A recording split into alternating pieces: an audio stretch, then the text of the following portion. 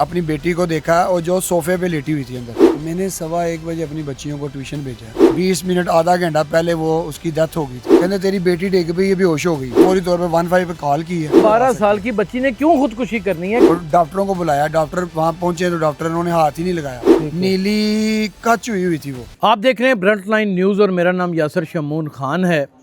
इस वक्त मैं मौजूद हूँ इचरा में एक मुबैना तौर के ऊपर कत्ल होने वाली बच्ची नईमा के घर में। ये आप देख सकते होंगे कि मेरी राइट साइड के ऊपर उनकी वालिदा माजिदा मौजूद हैं, लेफ़्ट साइड पे अदनान भाई नईमा के वालिद मौजूद हैं।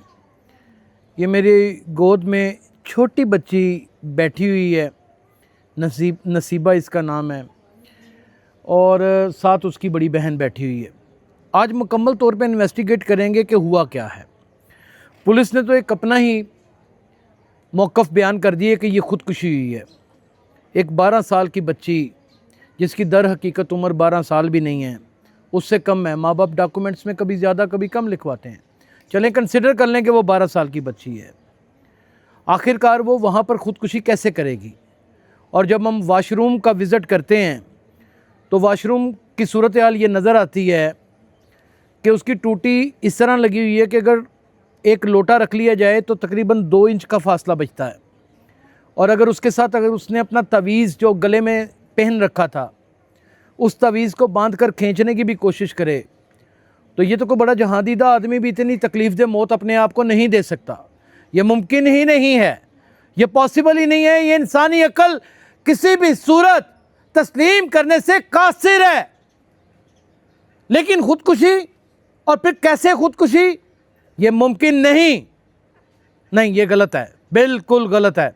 अदनान भाई से दरियाफ्त करते हैं कि असल कहानी क्या हुई है, फिर बहन से पूछते हैं, फिर इन बच्चियों से पूछते हैं, और इनको किसके ऊपर शक है ये भी जानने की कोशिश करते हैं। अदनान भाई, सबसे पहले तो बेइंतहा अफसोस कि ज़ाहिर है कि आपकी बेटी है, आपका लगते जिगर है, आपने उसे पाला पढ़ाया सब कुछ किया, और आप नहायत ही बापर्दा और मजहबी घराने से ताल्लुक़ रखते हैं।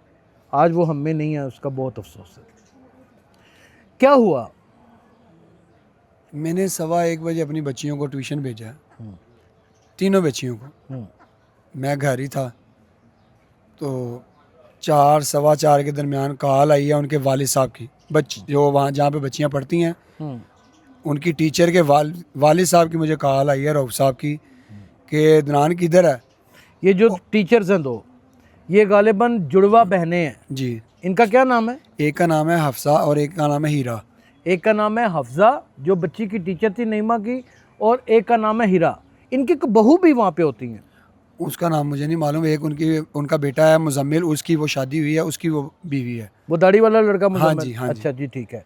और मुझे जब इनकी कॉल आई है तो मैं फौरी तौर पे, और कॉल भी मेरे नंबर पे नहीं आई, कॉल भी मेरी मिसिस के नंबर पे आई है, उनके वालिद साहब की, और मैंने वो कॉल रिसीव की। और उनके वालिद की आई है? जी, उनके वालिद साहब की। ये ऑथेंटिसिटी है? हाँ जी, मेरे पास नंबर मौजूद है। अच्छा, तो बहन के नंबर पे कॉल आ गई जी, उन्होंने आपको फ़ोन पकड़ा दिया? उन्होंने मुझे कॉल दी है, फ़ोन दिया है कि ये पता नहीं किसकी कॉल आ रही है। अननोन नंबर पे हमारी ख़वातीन कहाँ फ़ोन उठाती हैं? मैंने कॉल रिसीव की है। कॉल रिसीव करके तो मुझे उन्होंने कहा कि अदनान किधर है।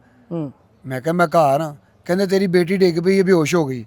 मैं फौरी तौर पे, ना मैंने कमीज़ पहनी, ना मैंने जूता पहना, ना मैंने मोबाइल पकड़ा।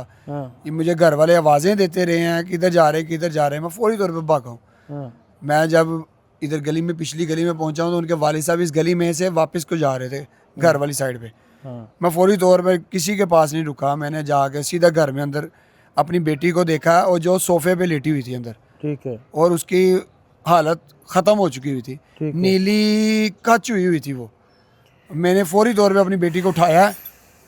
कितनी देर पहले आपको लगता है कि वो मौत हो चुकी थी? मेरे नज़रिए के मुताबिक कमो पेश आधा घंटा, 20 मिनट आधा घंटा पहले वो उसकी डेथ हो गई थी। आपको जब फ़ोन आया जी, आप घर से भागे? जी, घर से भागे ट्यूशन सेंटर पहुंचे? ट्यूशन सेंटर बच्ची की लाश मौजूद थी? जी। किस बाथरूम में पड़ी हुई थी? नहीं, कमरे में पड़ी हुई थी। अच्छा, उन्होंने निकाल के कमरे में ले गए? जी, उन्होंने निकाल के कमरे में रख दी थी। अच्छा, फिर उन्होंने निकाल के कमरे, नीली कच हुई पड़ी थी? नीली कच हुई थी। अगर आप वहाँ पे कोई सीसीटीवी लगा हो तो आप उसकी फुटेज वगैरह लेके तो उसको जूम करके आप चेक कर सकते हैं। मेरी बेटी की दोनों आंखें खुली हुई, अच्छा। मुंह खुला हुआ। मैं फौरी तौर पे मैंने बिठाया उसको बाइक पे, लड़का था उस्मान, हाँ हाँ, उसके साथ बाइक पे बैठा हूँ। फौरी तौर पे मैं सर्विसेज हॉस्पिटल पहुँचा हूँ। ओके। सर्विसेज हॉस्पिटल पहुँचा हूँ, मैंने अपना बेटी को वहाँ पे रखा है और डॉक्टरों को बुलाया। डॉक्टर वहाँ पहुँचे तो डॉक्टर ने हाथ ही नहीं लगाया। उन्होंने देखा ये तो एक्सपायर हुई हुई है। हाँ। और जब उन्होंने ये मुझे कहा है इसको क्या हुआ, मैंने कहा ये ऐसे ऐसे ये मामला हुए हैं कि उन्होंने बताया कि ये तो एक्सपायर हुई हुई है।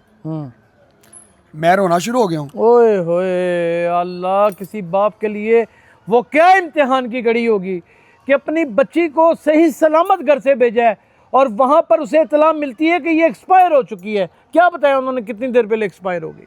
उन्होंने बताया कि ये बताया कुछ नहीं कि कितनी देर हो गई है। उन्होंने कहा ये एक्सपायर है। उन्होंने मुझे कहा कि यार ये इसके गले पे निशान नज़र आ रहा है। हाँ। ये निशान किस चीज़ का है? क्योंकि इसके गले पे कोई निशान नहीं था, किसी किस्म का कोई निशान नहीं था। कहते ये तवीज़ का निशान है। मैंने कहा तवीज़ का निशान भी नहीं है, इसके गले में निशान है ही नहीं था। हाँ। उन्होंने फिर जब गौर किया है कि निशान ऐसे यहाँ से शुरू हुआ है, हाँ। ये ऐसे फिर यहाँ दिखकर ऊपर गया है। हाँ। निशान। हाँ। तो उन्होंने ना फौरी तौर पे 15 पे कॉल की है। हाँ। मेरे डॉक्टर्स ने कॉल की है? डॉक्टर वगैरह में से किसी ने कॉल की है 15 पे। मेरे कज़न है ऊपर पंजाब अपना बैंक है, उसमें मेरे कज़न होते हैं अहमद। हाँ। मैंने उसको लड़के को भेजा, वो अहमद को बुला के लाया। हाँ। मेरे से तो समझ ही नहीं मुझे लग रही थी। अहमद भाई ने मुझे बताया कि अदनान भाई आपकी बेटी एक्सपायर हो गई हुई है। फौरी तौर पे फिर मीडिया वगैरह इंटरफेयर हुआ।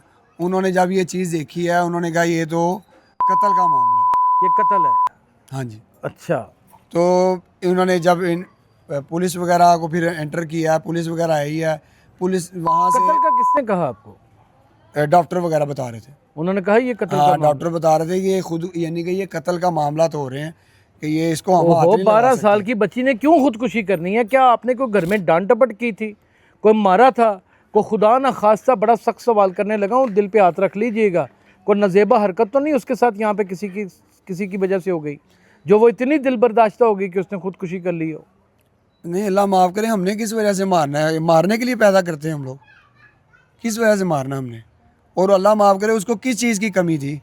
बाकी उसकी भी बहनें हैं, आप उनसे सवाल करके पता करें कि उसको कोई मारा गया, उसको कोई डांटा गया, उसको कोई बुरा भला कहा गया, या उसके साथ किसी ने कोई गलत हरकत की। रजी खुशी गई है घर से, हंसी खुशी गई है। एक दिन पहले मुझे कहा, रात वाले दिन रात को मुझे कह रही है कि मैंने बर्गर खाना है। ये छोटी बेटी मेरी बोली है कि मैंने पिज़्ज़ा खाना है। मैं लेके आया हूँ। यानी कि जो बच्चों की ख्वाहिशात होती हैं उसमें। जाहिर बात है बच्चों के लिए बंदा कमाता है, किसके लिए कमाता है? करें वो तफ्तीश करें। नाज़रीन, मैं आपको एक बड़ी क्लियर बात बता दूं कि ये कोई ब्लाइंड मर्डर नहीं है, ये बड़ा यहाँ सा कत्ल है। बच्ची के साथ माँ बाप के सामने ये कहना बड़े हौसले की बात है, कुछ हुआ है, फिर उसके बाद बच्ची को मार दिया गया। मेरी तफ्तीश में तो यही चीज़ नज़र आती है, मेरा तजिया तो यही है। और बच्ची को इसलिए मारा गया ताकि वो अपनी ज़बान ना खोले। मुमकिन नहीं है, वो गैरतमंद बच्ची थी, वो बोल सकती थी, 2 बहनें वहाँ पर मौजूद थीं। नाज़रीन, पुलिस ने अभी तक सिर्फ बाप को और भाई को बैठा के रखा हुआ है, अपने पास डिटेन किया हुआ है, हवालात में भी बंद नहीं किया, और बाकी पूरे ख़ानदान को खुला छोड़ा हुआ है। ये एक अलमिया है। अगर इस बच्ची का कत्ल दरियाफ्त ना हुआ तो लोग अपनी बच्चियां इदारों में पढ़ाने के लिए छोड़ देंगे। अपना बहुत ख्याल रखिएगा। अल्लाह हाफ़िज़।